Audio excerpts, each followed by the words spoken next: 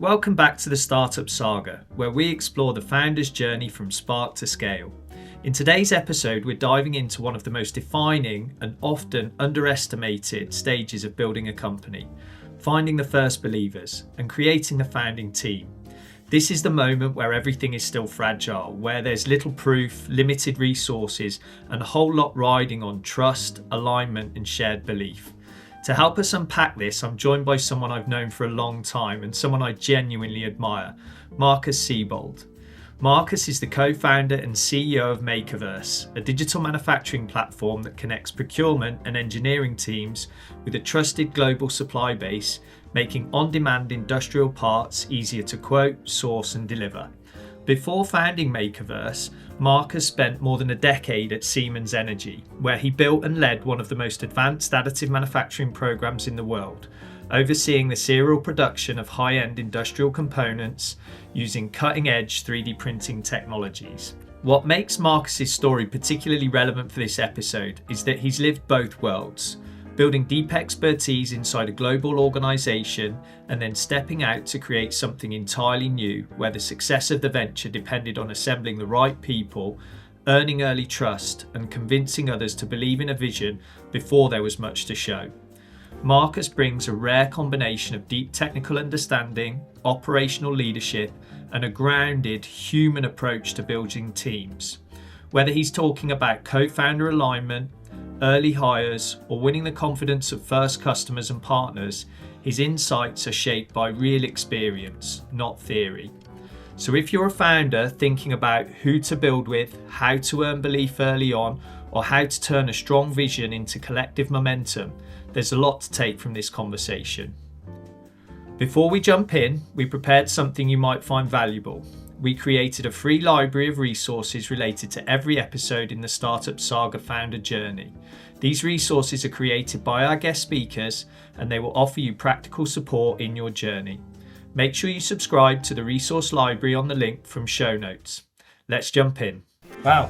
Fantastic. Markus, great to have you with us on the Startup Saga podcast. I'm not going to lie, this is one I've been really looking forward to recording, to be honest, because I sort of know your journey a little bit already and we've known each other a long time. So this one for me is going to take me down memory lane a little bit, as well as I'm sure it will you. In this episode, what we're really interested in talking about is culture. And how you build culture, within an early stage startup and how you inspire those first believers to join the company, basically. And so I think back to our first conversation about Makerverse. And in fact, back then it wasn't Makerverse. It was just Project Star, I think, was the name that was given to it. I remember. Yeah. It was nothing more than an idea. Tell everybody who's listening about those very early days. You were still working for Siemens Energy. You wanted to found the company we now know as Makerverse. Tell me, where did the idea originate from? Share a little bit the story in those early days. Yeah, absolutely. I guess it's obviously when you are in the middle of building a company today, every day you obviously forget a little bit these fantastic first moments. So thank you also for taking me a little bit back on memory lane, because it's obviously still fantastic to remember. I guess, as you said, we met each other already, I believe it was 10 years ago, while I was leading additive manufacturing at Siemens Energy. And I always wanted to, at Siemens Energy, I wanted to prove from a very beginning that an innovative new technology like additive actually can scale faster, can scale more effective, also in large organizations like Siemens Energy, by also looking very strongly at culture and at how you drive a business, not only how you develop great technology. I always was fascinated by how do you need to build a business so that a business moves a little bit faster than the rest of its competitors. And what Siemens Energy did, they obviously went down the route of investing capital to build factories and go into serial production for additive manufacturing. And Siemens Energy obviously is large enough to invest a lot of money in a technology like additive manufacturing, and quite successfully so. But what I was driven at the end, and this is actually what led to Makerverse, I realized that there is the backbones of our economies is not the large multinational enterprises. It's the small companies. It's the mid-sized global champions. And they could never, ever in the world invest the same amount of money into a manufacturing technology like Siemens Energy did. But if they had access to advanced manufacturing reliably, competitively, and easy, they could still build fantastic, better products. And so I wanted to build something that makes advanced manufacturing easily, reliably, competitively available to every buyer, to every engineer in Europe and then in the world. And that something today is Makeover. So it's a little bit like the Amazon to retail. It's Makeovers to advanced manufacturing. Mm-hmm. When we were talking, you didn't even have an MVP. You know, it was genuinely still an idea, let alone a product. And so, you know, we were talking about employee number one at the time, and it was a head of engineering. So without having the experience, without having a product, how did you define what you were looking for? And then, you know, how did you convince them to join when I know the company wasn't even formed at that time either and didn't have the investment yet either? So, you know, like, that's just crazy. You're trying to get someone to join. You've got no company. You haven't got the investment. How did you do it? First of all, I guess it requires, I believe, on my own, in this case, as a founder, I believe I learned this, that every founder is absolutely instrumental at the beginning, because you are the one and only thing that defines this company, right? You have something in your head, you have a vision, and you then need to convince early believers, it's employees, but it's also first investors, that this something that is in your head is something that is obviously attractive, but also somehow that you are able to lead and develop a company around this. Because it's what you said, there's no product, there's no customers, there's no suppliers, there's no employees, there's no office. This company is really, it's nothing, right? It's in your head. And I was not conscious about that importance myself in the beginning. Because in my head, it was never a question, right? I was so clear about it that I was only worried about where's my first office, where's my first MVP. I need this person. So I was in doing mode, but this all was in my head only. But people that you talk to, they see nothing. They come to a shared office space in Berlin. There is no Makeover sign on it. The company doesn't exist. We didn't have a website. We had nothing. And I believe what it requires ultimately, and this is where also, I guess, working with you and helping in your network, helping a little bit. I still remember my first conversations with Manish, who then became actually a co-founder, VP engineering, and today CTO of Makeovers. Manish he didn't tell me during the interview process, because he's obviously a good negotiator on his own behalf as well. But he told me afterwards that immediately after the first 2 minutes, he was hooked on the idea. And what then happened is I actually was supposed to interview Manish if he would be my ideal CTO candidate. But Manish interviewed me for the first 2 interviews. He wanted to know everything about my idea. He wanted to know where I see the challenges of the problem to be solved, where I see digital technologies help manufacturing, adoption, competitors.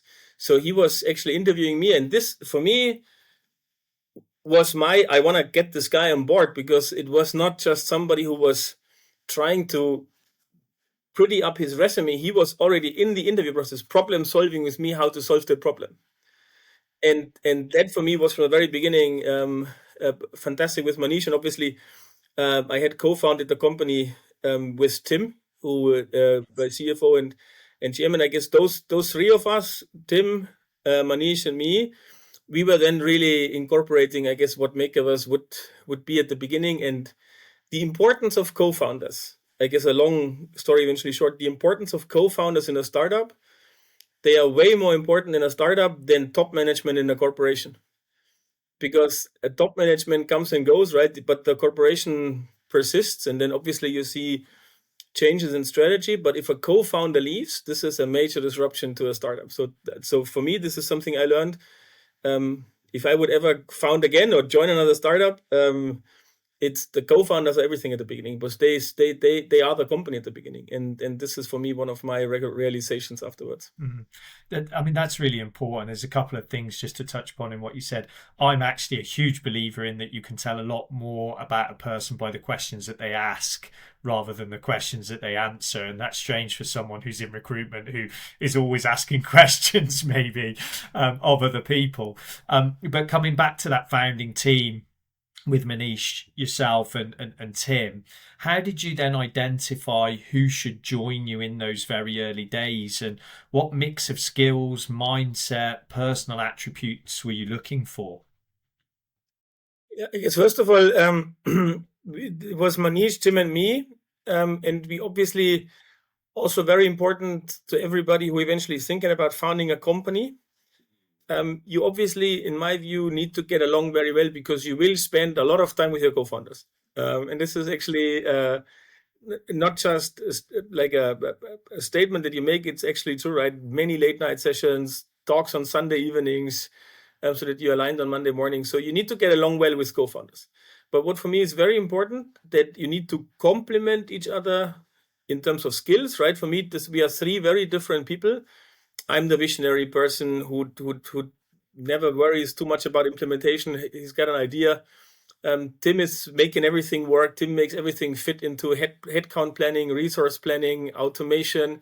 And then Manish just can solve. There is no problem that Manish can solve in digital technology space. And Manish then is super calm. He never gets excited. I get very fastly excited when things don't work.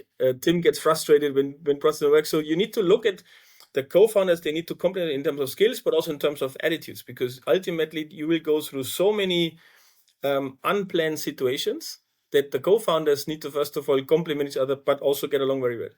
And how we then decided who to hire, I guess one of our first hires was actually from you. It was a fantastic idea. It was recruitment as a service, or RAAS, RAS, which I didn't know existed. But we knew we wanted to actually scale quickly. So totally counterintuitively, one of our first hires was actually our recruiter.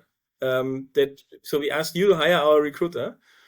And that was very important, because ultimately, as a startup, early stage startup, people don't know you.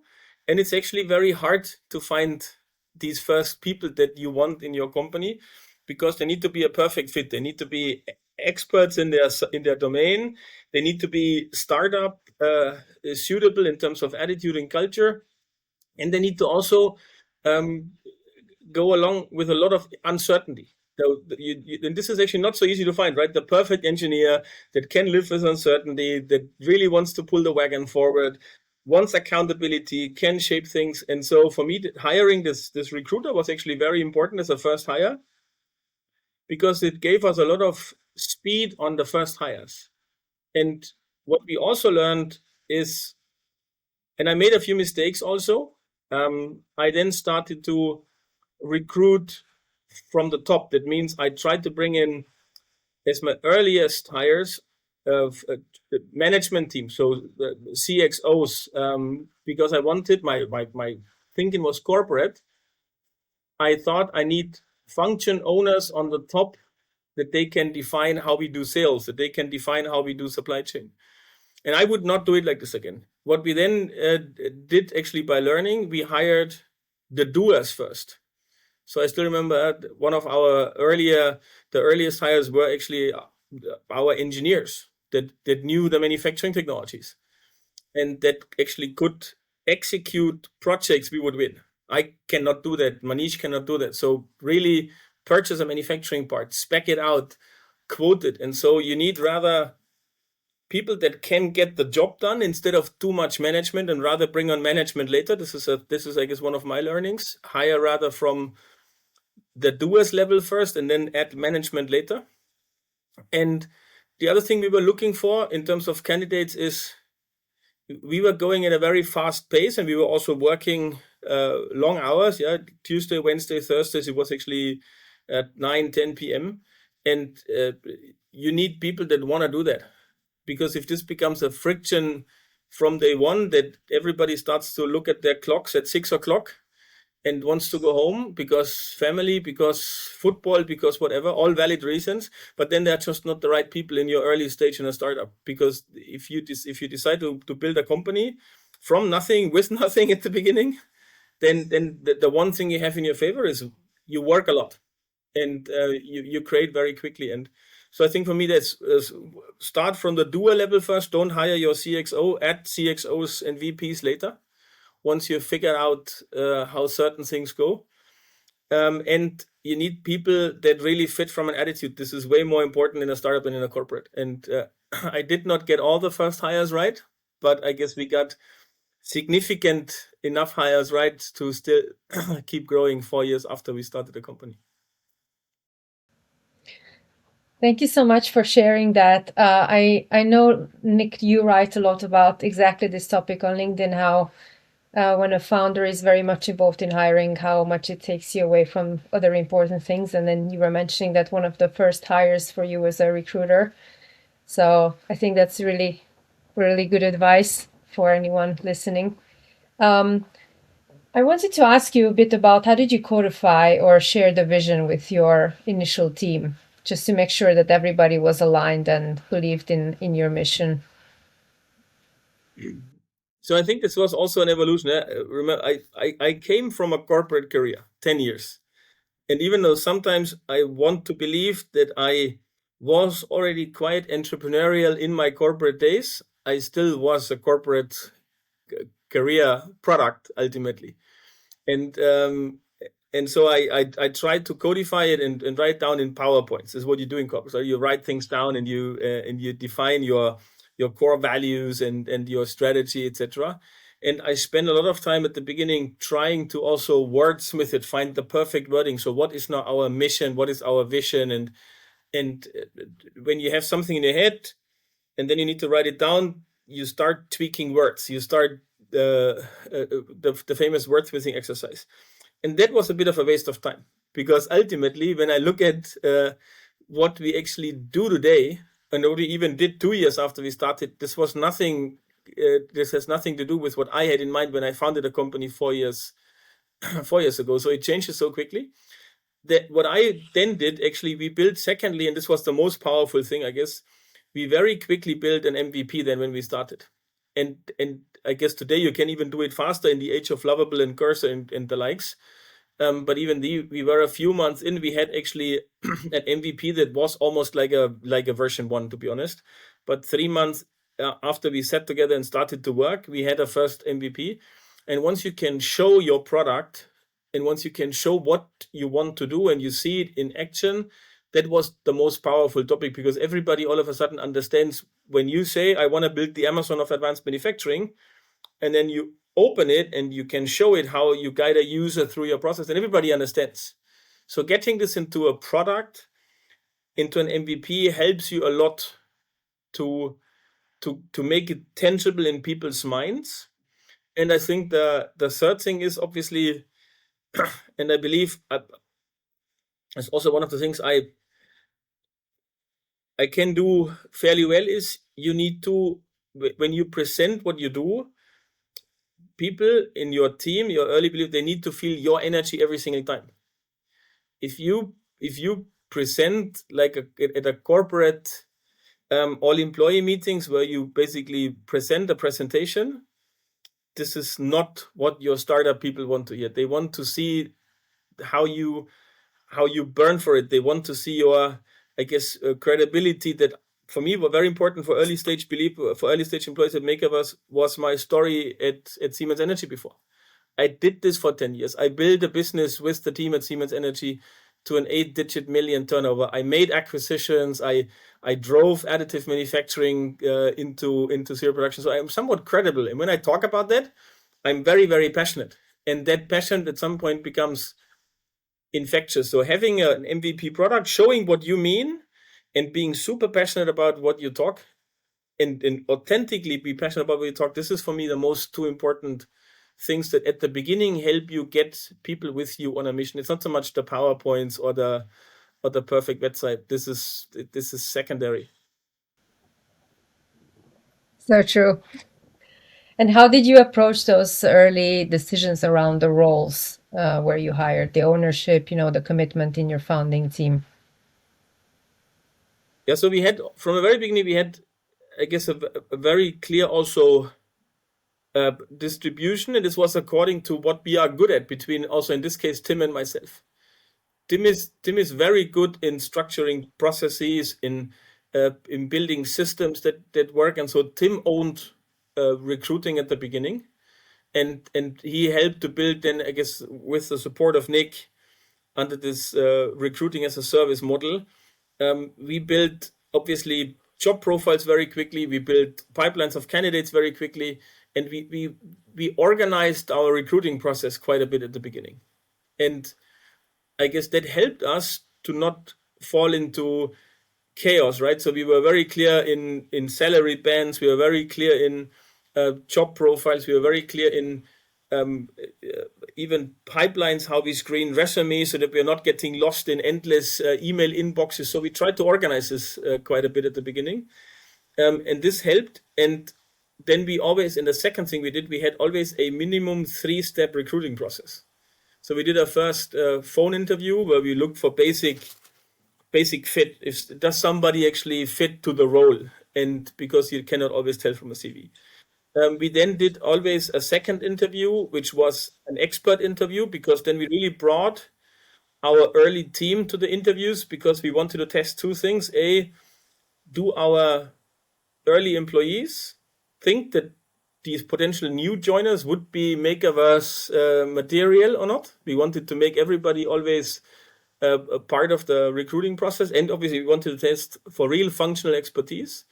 And the third step always was Tim and I as co-founders. And we were really challenging not so much the functional expertise, but cultural fit. And we were asking also questions around what the ideal work-life model is, and how people perform under stress. And we were not only trying to paint a rosy picture, how fantastic it is. We were pretty transparent about that it's a lot of hard work, a lot of commitment, a lot of effort that we expect. And so we always had this 3-step process. And I think this is also one of the characteristics today of the company as a whole. And this is greatly due to Tim, that we are very structured, very process oriented, and still fast and flexible. So I guess this helped us at the beginning to set the right focus areas in recruiting, and then execute also very efficiently. And what we do get still today from most of our new joiners is that our recruiting process was super pleasant and super fast. And I also saw, Nick, that you write about this. The onboarding is very important. Your day one at the company, very important. So we have not managed it only 2 times now, I believe, because of sickness. But usually day one, everything is ready. Your computer is ready. Your phone is ready. Your accounts are ready. Your meetings are scheduled for day one with who you meet. So you come and you actually have a very smooth day one, and you feel welcome. You feel waited for. And so I think we tried this from the very beginning. And this, I guess, recruiting is one of the things we did very well. And also thanks to some support we got at the beginning, obviously. Quick pause for a moment to mention one of our founding sponsors for the Startup Saga podcast, the Dragon Coaching House, which is my company. At the Dragon Coaching House, we partner with VC-backed founders who recognize that scaling a company requires their own evolution as leaders. Most of the founders we support are VC-backed. They are under constant pressure. They are expected to make clear decisions while carrying uncertainty, a lot of responsibility, and quite frankly, other people's livelihoods. Our work is rooted in Gestalt psychotherapy, coaching with ICF competencies, and real founder experience. Founders come to the Dragon Coaching House feeling stretched, reactive, or quite exhausted. And over time in our work together, they develop clarity, emotional range that allows them to lead without constantly operating from survival. The difference can feel like coming up for air after holding your breath too long underwater. We work with the nervous system, with how pressure lives in the body, and with the emotional patterns that shape how founders lead, relate to others, and how they decide. So if you're a founder who recognizes yourself in this you can visit our website, dragoncoachinghouse.com, to book a private consultation. I mean, just touching on that, I think it's so often overlooked, especially in early stage startups, the importance of onboarding. I talk about that a lot because you invest so much in finding the right people. You can really make a difference with that onboarding, being set up in a way that you've just described so that they do feel welcomed on day one. So no, I think it's good to hear that. And we had 2 candidates recently who because of sickness, we couldn't. And this was not the same experience. We obviously explained, etc., right? But you can never replace the real experience. So we'll go back to that. I think it's also just going back a bit to things that you said before, that relating to building the team, that you don't always get it right the first time, 100%. And I think that's common because a lot of founders go through this experience. When you had someone who quite didn't fit, your evolving vision or the culture, how did you handle that situation? This is most likely my personal single biggest learning curve that I went through as a leader. And again, I had a corporate career for 10 years, and in a corporate career, it's also not so easy, at least when you work in a German legal entity. It's not so easy to part ways with employees who have been with the company for a long time. So what you usually try to do, you try to always make it work. You try to work on development plans. You try to understand what is going not so right and what can you fix. So this is the mindset that I had also at Makerverse. And eventually I waited for some decisions in the first year too long. My gut feeling already told me that this is not a fit, but my head tried to find arguments why we still could make this work. And if I look at this today, 4 years in, I trust my gut feeling now 100%.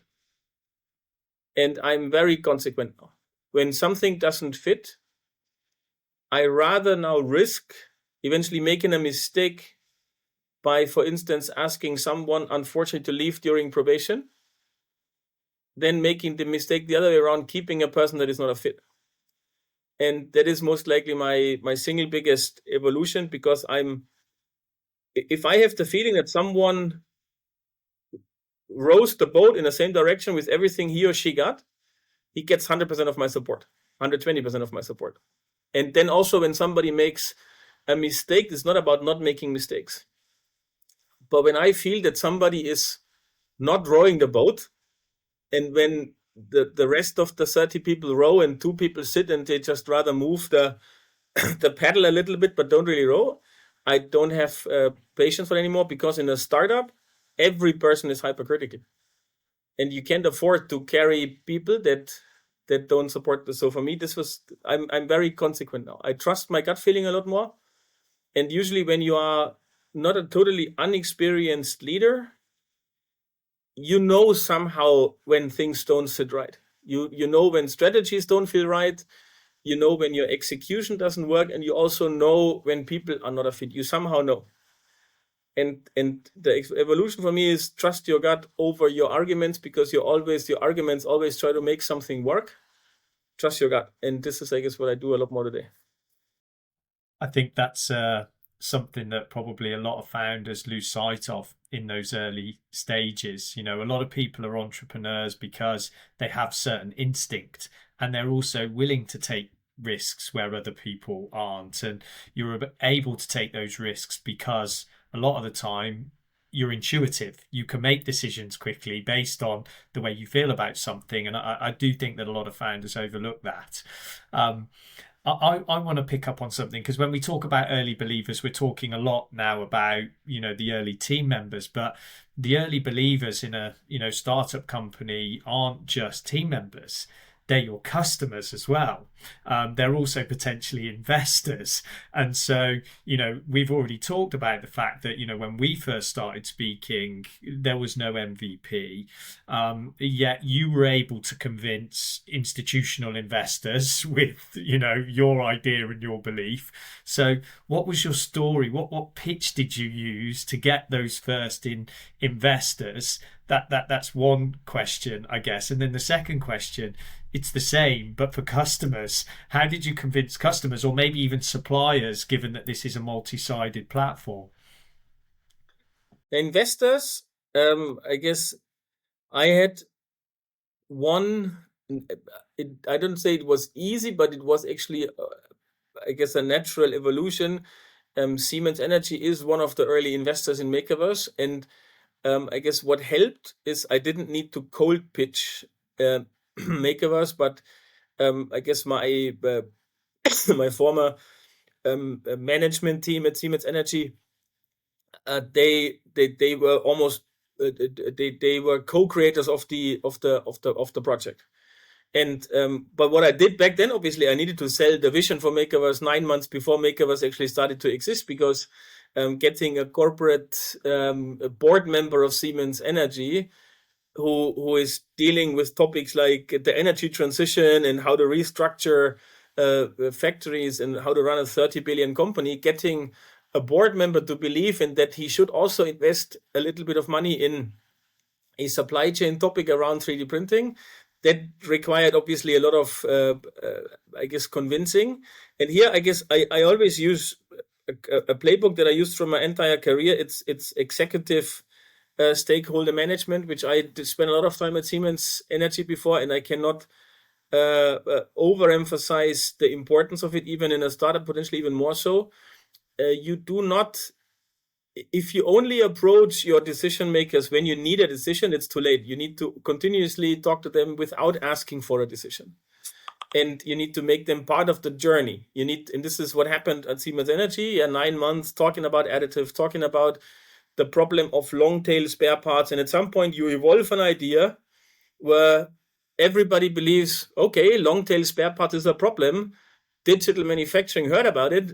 Potentially there is a fit. And this is not one meeting, right? This is a 9 months journey. So Siemens Energy was somewhat natural.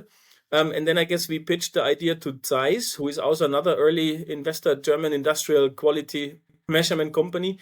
And for them, it was actually also a strategic fit, because they had identified additive manufacturing as a key future technology, and they wanted to build quality processes and technology around that process. So for them, Makerverse was an opportunity to learn about all these manufacturing challenges along the supply chain, and then eventually also build technology. And then we have 9.5, a Belgium VC who co-invests with corporates. And what Paul, founding partner 9.5, says today, what triggered him, he liked somehow that this was a proven business model. So it was not that we were trying to invent a category that nobody knew if that would ever going to work. So there were incumbents, but he believed our differentiation positioning. But for him, that was very important. And the second thing Paul said, it was obviously about the management team or the co-founders as a team. This is because this is everything in an early stage startup. Because if we would look at the initial business plan that we founded the company on, the business plan today looks obviously different. Because you learn. So Paul said he liked the idea that it was a proven business. He liked the idea that he had these big corporate backers, because that gives a lot of credibility already. And for him, it was super important that he believed that the management team that he was investing in would be able to not only lead this idea, but pivot, evolve, restructure if needed. And so I guess this is, for me, the thing is, you need to talk to decision makers many, many times before you actually ask for the decision. You need to bring them on your journey. You need to make them believers before you ask them something. This is, for me, I guess, what really worked so far. What about customers though, or suppliers? I said I know Makerverse. It's a multi-sided platform, so you're not just trying to win customers. It's a little bit like recruitment in many respects. We've got a client on the one side and candidates on the other, and we've got to bring the two together. And Makerverse has got to do the same. You've got to build supply chain on the one side, but get customers on the other. So how did you gain those early suppliers? What got them to believe in you and this idea, and then how did you go and win those early customers as well? So I needed suppliers before I could win customers, no? Because if I would win a customer and had 0 suppliers, I couldn't produce anything. So for me, it was the classical. I needed to first of all address my supply side, and there obviously I also had a bit of a starting advantage.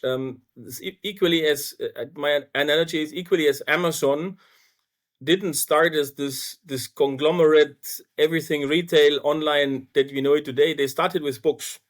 And so our books was 3D printing. We do a lot more today. We do all manufacturing today, but we started with 3D printing. And through my 7 years at Siemens Energy, I knew quite a few people. And I also, as Siemens Energy, I obviously was always an interesting customer target for many of the additive manufacturing suppliers as well. So I had a good network into the additive manufacturing industry. And I also, again, I said before, I spent a lot of time maintaining the network and developing it. So I could actually really visit, in order to get the company started, I visited old friends from the industry. I visited the known additive manufacturing services providers here in Europe. And honestly, I pitched Makerverse as an idea as well. We had obviously an MVP at some point. But I told them, look, this is what I want to do. This is the first product. And you have nothing to lose, only to gain, because there was no cost invested. And I got the first 7 suppliers. I actually did myself by traveling to around Germany, France, Netherlands, Belgium, England, and trying to onboard these first suppliers. And for me, key was that we didn't go too broad. We only did one manufacturing technology, because if you would have started with too many different offerings, it would have been too complex. So we stick to one. And then on the customer side, we actually it was 2 strategies. We did use a little bit our the network of our industrial investors. So Siemens Energy, Zeiss, also McKinsey was an early strong supporter of Makerverse, and those people all know people, relevant people in decision-making positions. So we obviously got a few introductions. And for me, what I would advise every founder, use every unfair advantage that you have to your favor. Use it. You are nobody. Nobody knows you. Nobody cares. And you need to use every unfair advantage that you can get. If you can get on stage co-presenting with a corporate and you feel ashamed because when we go on stage and present, you've got nothing to lose. And usually people give you a lot more credit for what you think, because people still understand that you are very brave and you try to do something actually that is starting a company. And then we did, obviously, at some point we started to do regular marketing, regular sales. We cranked up our own engine and we just acquired our own customers. But at the beginning, we used every unfair advantages we had. It was myself for the suppliers, it was our corporates, and McKinsey for customers. And ultimately, it felt a little bit. It felt a little bit like we were not doing it ourselves fully at the beginning. But it doesn't matter. There's so many things you need to solve. Every unfair advantage you can get, use it. Yeah, good. Looking back, what early bet, whether it was a hire, a customer, a partner agreement, did you make that made a really big difference and gave you a lot of momentum in the early days? So one of the bets we made was that we could build a company by digitizing how you run RFQs and quotations. Everybody in this industry sends emails with attachments. Everybody. And everything goes wrong with it. The wrong version number of the drawing is attached. The supplier doesn't forward all the information, but still quotes. there's so many things that go wrong. And we said we want to bring this into a digital workflow. We want to force people, in quotes, to using a digital workflow that is adopted by less than 5% of buyers that operate in manufacturing in Europe. And the risk was obviously that nobody would adopt it. The risk was obviously that people wanted to use emails and they just were not ready to use your portal, and they were not ready to work with you, because if they don't like the way how you want to work, maybe they don't use you. And that today, I guess it's now obviously 4 years later, but today we do get more than 85% of all of our requests through our digital portal. We only get 15% requests that come in by traditional emails with attachments.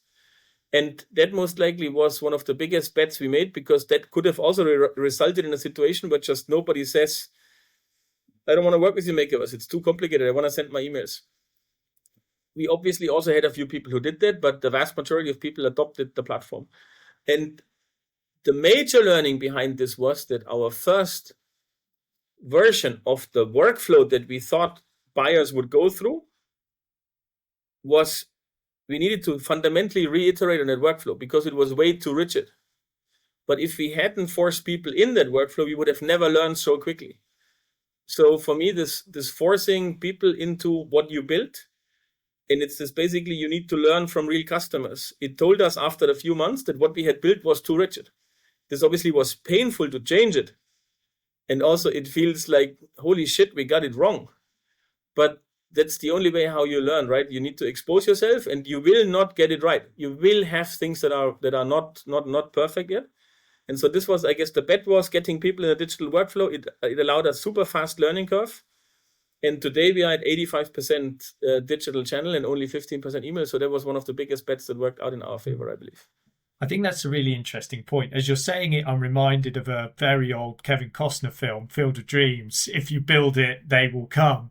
But I think, there's something counterintuitive about that, in that in the modern world of MVPs, a lot of the idea is, well, we have to listen to the customer first, and we build based on customer, that concept of lean startup, But I think what you've done is kind of a combination of the two. You took a product to market very quickly that meant that you could learn while you were going directly from your customers and make the changes they needed. That's really the way you approached it. So we built a product first based on talking to a few customers, based on obviously looking at some competitors, what they did.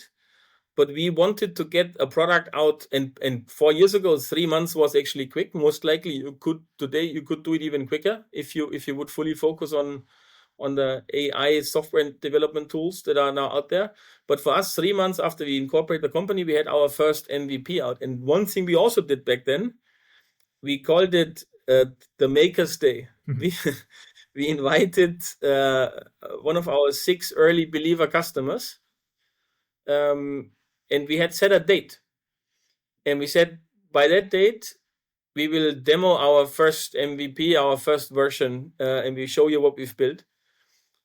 And it was the night before that all of a sudden we were testing the system, and even 10, 15 internal users were too much load for the system, and our auto quoting wouldn't work anymore. Yeah. And we said, oh, fuck. and then obviously we had never tested this under stress. And then Manish showed his unparalleled capabilities, and the guy just calm like a rock, sat there, went into his focus mode, and literally is not lying, like 10 minutes before the presentation of the meeting would happen the next day, Manish had somehow fixed it, and he walked in the room, thumbs up to me behind his back, and walked up and presented the MVP. I love this story, because this is like, Yeah, so like many a movie founders script. probably experience something like this. You put yourselves under an immense amount of pressure to deliver something to a customer, and literally you just pull it out the bag at the last minute. I think that's amazing, and that's what makes early startups so interesting, isn't it? I mean, this is a story of folklore. This is the story that you'll be telling, 4 or 5 years down the line. Hey, do you remember when we brought that customer in and we just got it right 10 minutes before? It's the stuff that builds the business. Those sorts of stories. Because what it does, it builds camaraderie. Yes. It builds camaraderie around a few people, and it somehow makes you feel that you're working against all odds, right? There is like at least we all know the statistics that 8 out of 10 don't make it beyond the Series A, and you have more chances to failing than you have to winning. So everybody somehow knows this, but every of these small little victories makes you believe a little bit more that you will not be part of the 8. and that is important. You need those stories. You need those small little victories every week, every day, because it makes you believe as an organism, ultimately as an organization, that you will make it. And people need to believe that. So in the early moments of the team, you will find, with any startup, you talked about it, the stress, for example, there's a lot of ambiguity, there's a lot of stress, there's a lot of change. How did you, in that early stage, foster a culture of trust, open communication and resilience, within the team? It obviously changes how the team grows. No, I guess for me there was a bit of a threshold size, which was when we started to be more than 20 people. Yeah. As long as you are less than 20 people, even though you are the CEO, and I'm actually not the big pretentious CEO, I'm really more, I hope people see me, I'm more the approachable person that sits right in the middle of the team.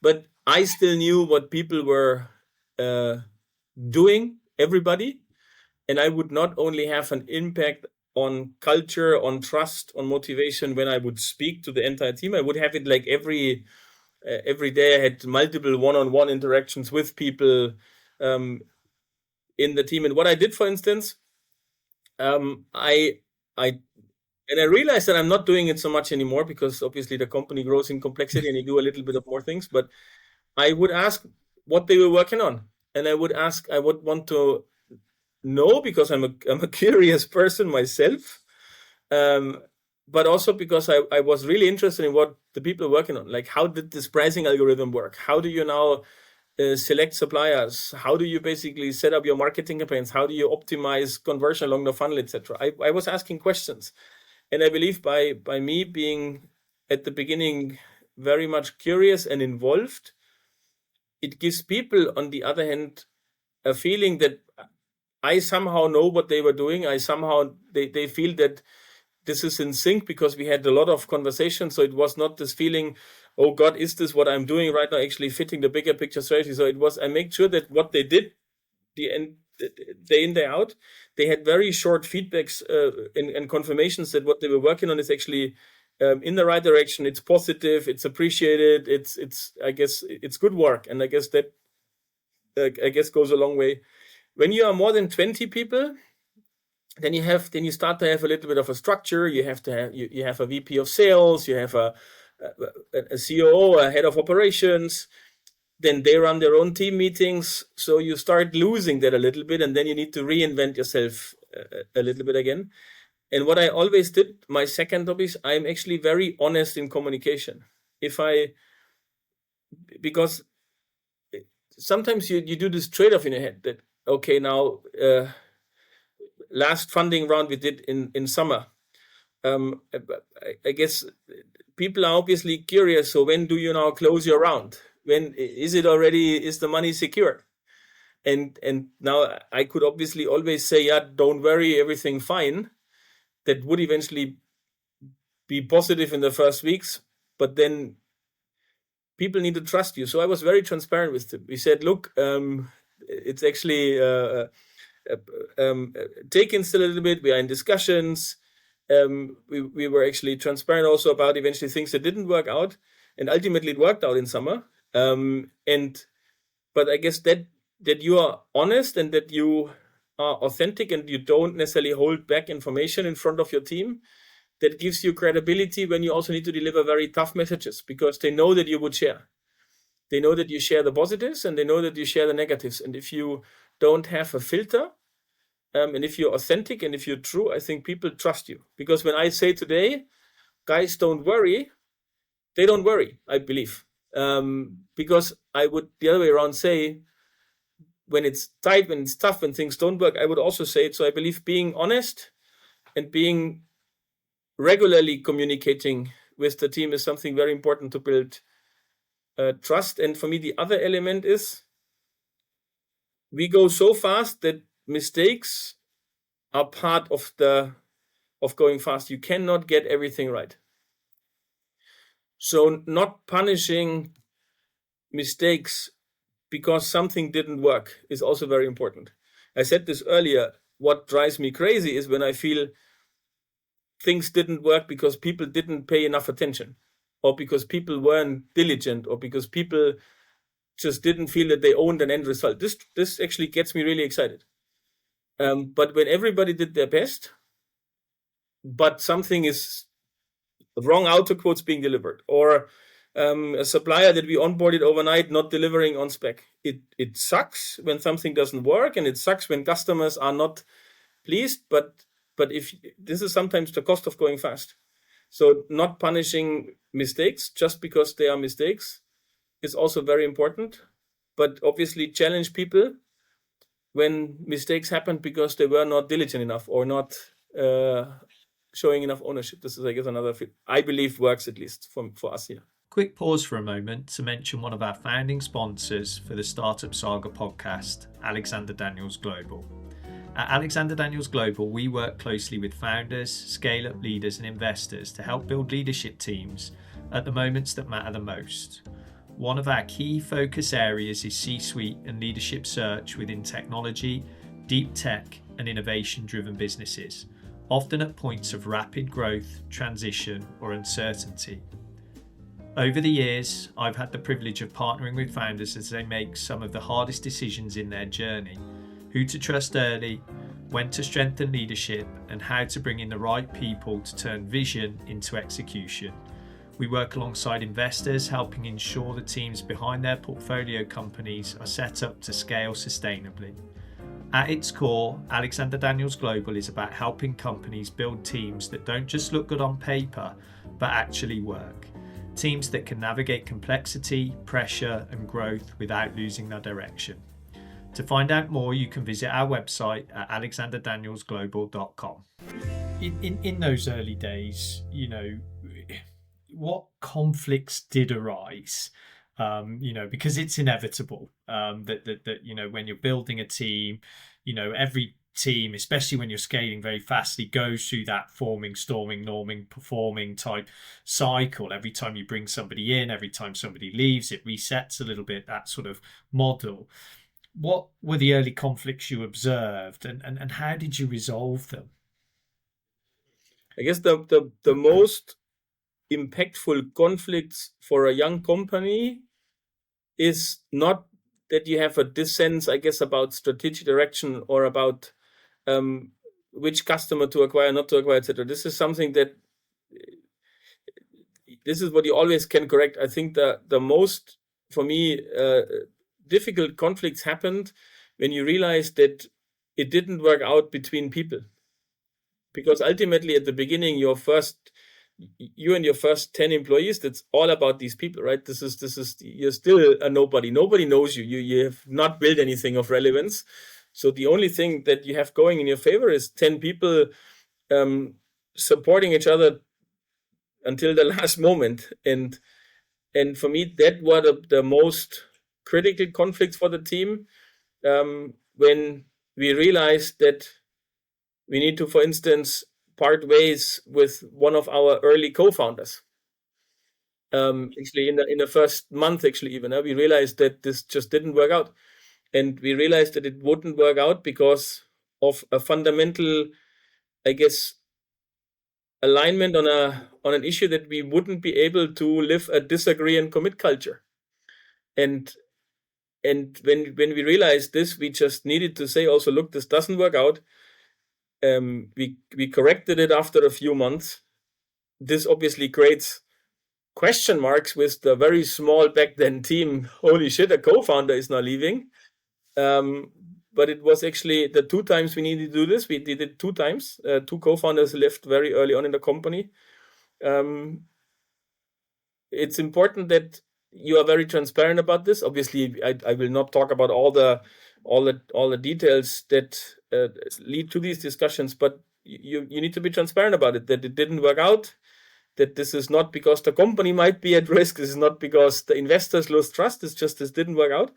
And this is most like the most severe risks that I would say young companies face, that between co-founders and also critical employees, it doesn't work out and that you don't correct it fast enough. If you realize this, you need to correct this super fast. Yeah. Because this can spread and then you have basically a negative element in your culture. In the early stages, I mean, we talked, much earlier in the discussion about the hires that you made and the decisions that you made.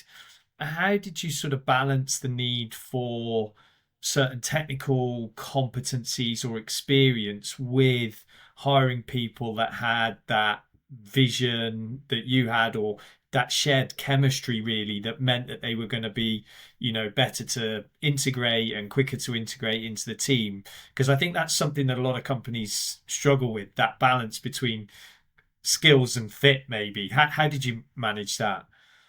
Yeah, first of all, we did not hire people that were an excellent technical fit but weren't a culture fit. We clearly said no, that we didn't hire people just for the, I guess, great sales career or excellent software engineer, but we felt it didn't work from a cultural perspective.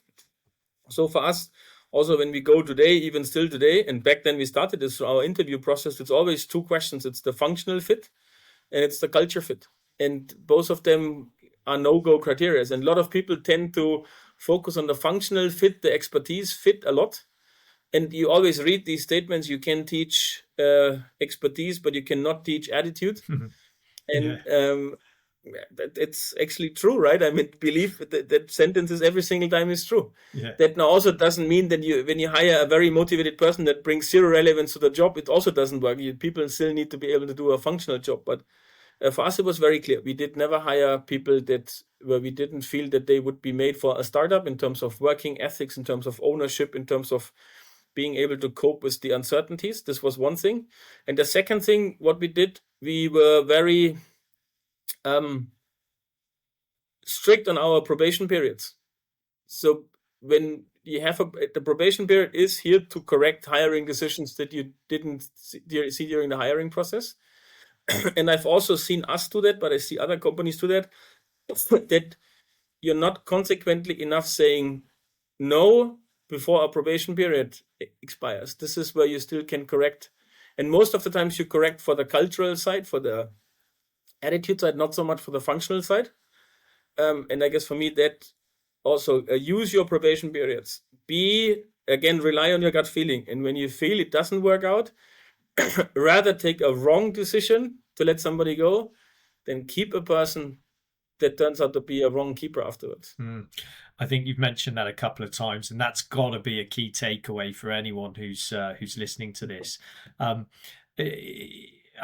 think you said something earlier about how involved you were in almost every part of the business, but when it got to a certain size, you have to kind of let go and you have to trust the management team that you're building.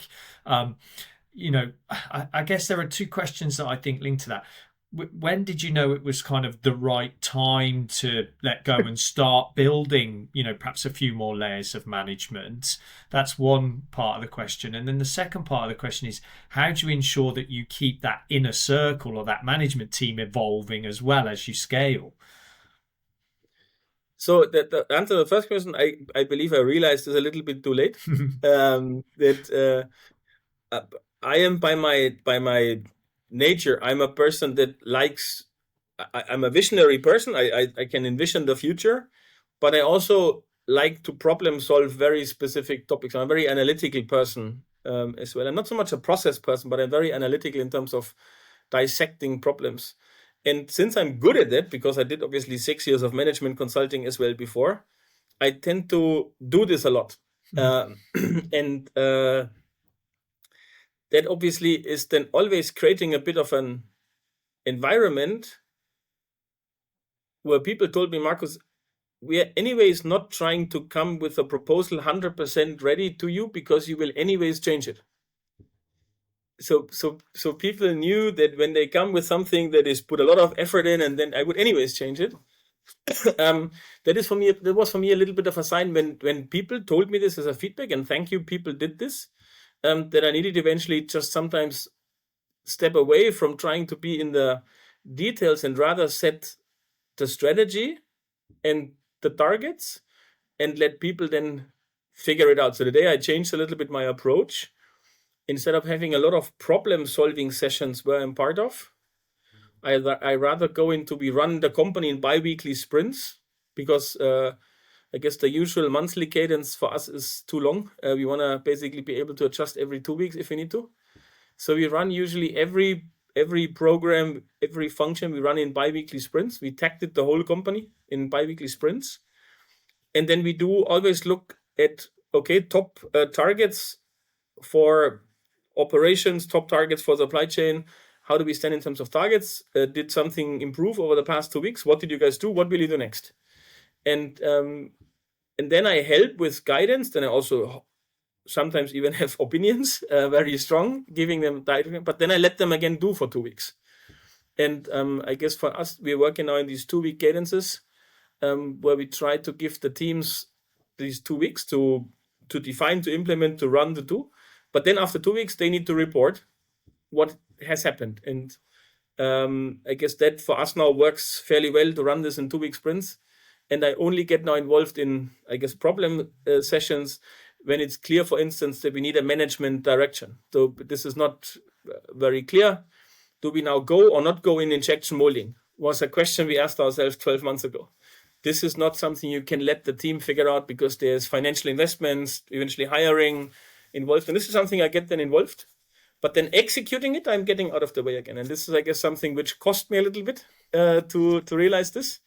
But also this is what you said, something that's very relevant. We now put a structure in place. We are now, Tim, myself, plus 4 people owning the 4 different functions we have. Those 4 people, they need freedom. They want accountability. And they're most likely better suited than I am to drive supply chain management or software development. And so I'm trying to stay a little bit away, and I'm now trying to think actually ahead. Right, I'm blocking my calendars now.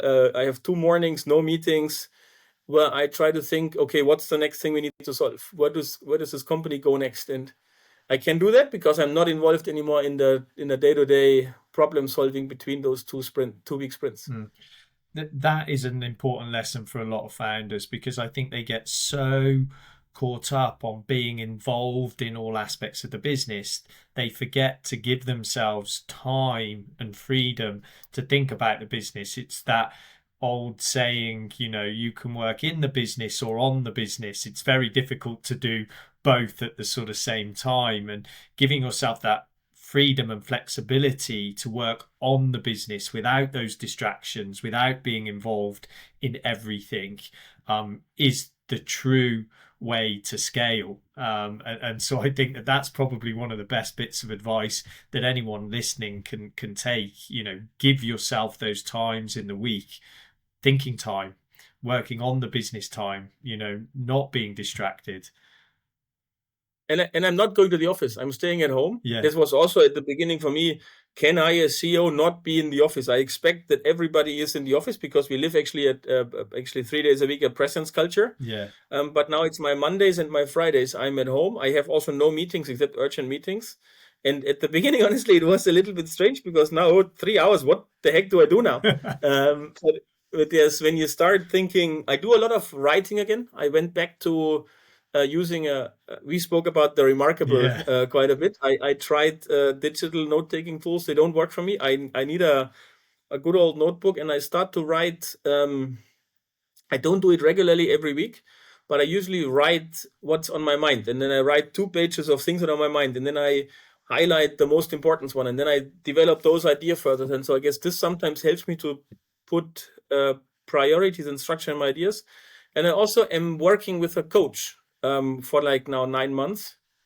And I also was hesitating a little bit because do I, as a founder, can I permit myself the luxury of working with a coach? And is this money well invested, etc., etc.?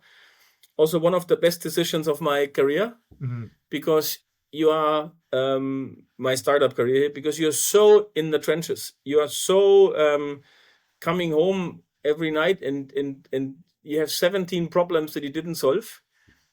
And I work with a coach, and this person also helped me a lot to, for instance, develop these focus slots, these 2 days a week, and he forced me to do that. he challenged me and held me accountable to do that.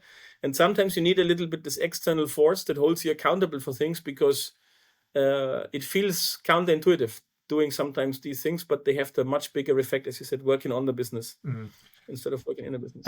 Again, there's so many good things here, I think, for any startup founder, because Iulia and I talk about this a lot. And we see it a lot as well. I mean, you talked earlier about the success rate of companies, from, sort of pre-Series A being, less than, 20% will succeed. And sometimes that can be, you haven't got the right product market fit, you haven't developed the right go-to-market strategy. But in other cases, it can simply be a result of, poor execution, or indeed some cases, poor leadership. And going a little bit further, you sort of often see founders, as they get further down that journey, being replaced, as the CEO by a proven CEO that can take the business to the next level. And that in some cases is the right thing, but in many cases it's because the founder doesn't give themselves the time to work on themselves within the business, because you do need to evolve as a CEO. The CEO you are when you're starting out and you're winning those first believers and you have no product and you're developing an MVP, versus the CEO of a multi-million-pound global company with hundreds of employees is quite different. And, if you can't learn and evolve and you don't give yourself the tools or coaches to support you in growing, ultimately you probably are setting yourself up to fail. So I think for any founder listening, not being afraid to work with a coach or work with external to support to develop you is probably the best investment that you're likely to make in many respects. Okay, my coach always says, is you are spending your entire work lifetime on upgrading your company. Why do you not invest any time in upgrading yourself while this company upgrades? And this is, I guess, a very true statement, right? We try to build more processes and more systems, and we try to make our company grow and develop. But he says, if you don't grow, how can you expect this company to grow? And that's true. I can only second this. I think that's probably going to be the soundbite for the episode right there, to be honest. I love it. The last couple of questions then, these are quick fire ones. We just have a couple left. If you could go back and speak to yourself at the very beginning of Maker First, what's the one piece of advice about building your team or early supporters you would give? The one piece of advice is really this one thing that I would do different is I would not hire from the top. I would hire executors that know how to get stuff done, because only by getting stuff done, you learn what works and what doesn't work. And then you basically evolve your offering, because the second problem with having too many top-down managers is you always need to then find consensus. And ultimately what happened after we took some decisions that I talked earlier on the co-founders levels, we were so much more effective because we had people that knew how to execute. And it only required 1/2 an hour quick session to decide. And that I would do different. I would not build a management structure first. I would keep management super, super lean, and rather have executors that really, really, really know how to get shit done and learn what works and doesn't. And only over time, when you have critical resources you need to manage, I would bring then in other management team. Because you as a founder, if you have one manager in between you and the problem, that's one manager too much. You need to know where your problem is. Yeah. And I did this too soon, right? There's a time when you need managers because you can't manage teams of 10 people anymore. But at the beginning, don't build a management team. Yeah. For founders who are listening and they maybe haven't found their first believers or built that core team yet, what's the one action they can take in the next week to move things forward? One thing, I had clarity at the beginning. Then when you start building, it becomes fuzzy because you have so many options, and I need to now force myself again to be clearer again. You need to be able in 30 seconds, crystal clear, articulate what you're building. Good. That needs to be, because if you need 2 minutes to explain what you do, it's too complex. It's the old elevator pitch. I remember that from my early. They actually run they run 30 seconds, right? Not even 60 seconds. So this is one thing I was very clear in the beginning. Then it got broader, it evolved a little bit, and now I need to force myself of bringing it back. And 30 seconds. Everybody needs to understand what you do in 30 seconds. And then once they understood, then you can expand, right? Then you can explain the problem, the solution, etc. So founders, because you will talk to investors, you will talk to customers, and the pitch to investors might be different than the pitch to customers. But you need to be able in 3 sentences, 30 seconds, say who you are, what you do, and they need to understand it. That's for me the single most important thing. Good advice. And then finally, where can listeners follow your work, find out more about Makerverse and what you're building? Yeah, I'm actually I discovered this passion for LinkedIn many years ago. And we're now using it quite a bit. I'm trying to build a little bit in public. I'm trying to talk 3 times a week about stuff that is happening at Makerverse on my LinkedIn. It's under my name, Markus Seibold on LinkedIn. And I talk about obviously things that happen at Makerverse. I talk about my thinking of how I see digital manufacturing evolve. I talk about the industry and its challenges and how this affects fast-growing companies like us. And I try to do this 3 times a week. And if you are a regular follower of my LinkedIn, you hopefully after a few months have a pretty good picture of who we are and what we do.